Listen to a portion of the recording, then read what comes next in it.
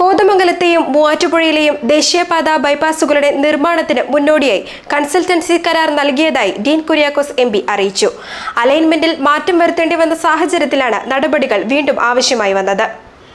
30 വർഷത്തിലധികമായി പരിഗണനയിലുള്ളതാണ് കോതമംഗലത്തെയും മൂവാറ്റുപുഴയിലെയും ദേശീയപാത ബൈപ്പാസുകൾ. ആദ്യം നിശ്ചയിച്ച അലൈൻമെന്റിൽ മാറ്റം വരുത്തി 2 വർഷം മുമ്പ് പുതിയത് രൂപപ്പെടുത്തി. അതുപ്രകാരമുള്ള സ്ഥലമെടുപ്പ് നടപടികൾ ഫണ്ടിന്റെ അപര്യാപ്തത മൂലം തടസ്സപ്പെട്ടു. അതേ തുടർന്നാണ് മൂന്നാമത് മറ്റൊരു അലൈൻമെന്റ് തയ്യാറാക്കി ബൈപ്പാസ് നിർമ്മാണത്തിനുള്ള സാധ്യത ദേശീയപാത അതോറിറ്റി പരിഗണിക്കുന്നത്. നീളവും വീതിയും കുറച്ച് നിർമ്മാണ ചെലവ് വൻതോതിൽ കുറയ്ക്കുന്നതിനാണ് ദേശീയപാത അതോറിറ്റി തീരുമാനിച്ചിട്ടുള്ളത്. അലൈൻമെന്റ് രൂപപ്പെടുത്തുന്നതടക്കമുള്ള പ്രാരംഭ പ്രവർത്തനങ്ങൾക്കായാണ് പുതിയ കൺസൾട്ടൻസിയെ നിയോഗിച്ചിട്ടുള്ളതെന്ന് ഡീൻ കുര്യാക്കോസ് എംപി പറഞ്ഞു. കോതമംഗലം മൂവാറ്റുപുഴ ബൈപ്പാസിൻ്റെ പുതിയ കൺസൾട്ടൻസിയെ നിയോഗിച്ചുകൊണ്ടുള്ള കേന്ദ്ര സർക്കാരിൻ്റെ നടപടിക്രമങ്ങൾ ഇപ്പോൾ പൂർത്തീകരിക്കപ്പെട്ടിട്ടുണ്ട്.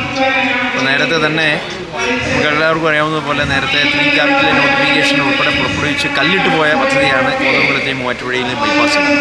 പക്ഷേ അതിൻ്റെ വിജ്ഞാപനം കാലാവധി പൂർത്തീകരിക്കപ്പെടുകയും ഭൂമി ഏറ്റെടുക്കലുമായി ബന്ധപ്പെട്ടുള്ള ബാക്കി നടപടിക്രമങ്ങൾ പാലിക്കാതെ വരികയും ചെയ്ത പശ്ചാത്തലത്തിൽ വീണ്ടും ഒരിക്കൽ കൂടി 3 ക്യാപിറ്റൽ നോട്ടിഫിക്കേഷൻ പുറപ്പെടുവിക്കേണ്ട ഒരു സ്ഥിതി വന്നിരിക്കുകയാണ്.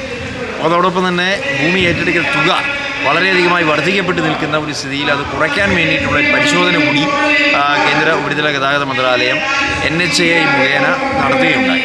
അപ്പോൾ അതിൻ്റെ എല്ലാം പരിണിത ഫലമായി ഒടുവിൽ ഈ പദ്ധതി നടപ്പിലാക്കുന്നതിന് വേണ്ടി പുതിയ ഒരു കൺസൾട്ടൻസിയെ നിയോഗിച്ചുകൊണ്ട് അതിൻ്റെ ഭൂമി ഏറ്റെടുക്കൽ തുക ഉൾപ്പെടെ കുറച്ചുകൊണ്ട് വരാൻ വേണ്ടിയിട്ടുള്ള ഒരു ശ്രമമാണ് ഇപ്പോൾ നടത്തുന്നത്. പുതിയ കൺസൾട്ടൻസി കമ്പനി 2 മാസത്തിനുള്ളിൽ പ്രവർത്തനം പൂർത്തീകരിക്കുമെന്നാണ് കരുതുന്നത്. തുടർന്ന് സ്ഥലമേറ്റെടുക്കലിനുള്ള വിജ്ഞാപനം ഉൾപ്പെടെയുള്ള നടപടികൾ വേഗത്തിൽ ഉണ്ടാകുമെന്നും MP വ്യക്തമാക്കി. അപ്പോൾ പുതിയ കൺസൾട്ടൻസി ഇപ്പോൾ എഗ്രിമെൻ്റ് എക്സിക്യൂട്ട് ചെയ്ത് നിൽക്കുന്ന ഒരു സ്ഥിതിയാണ്.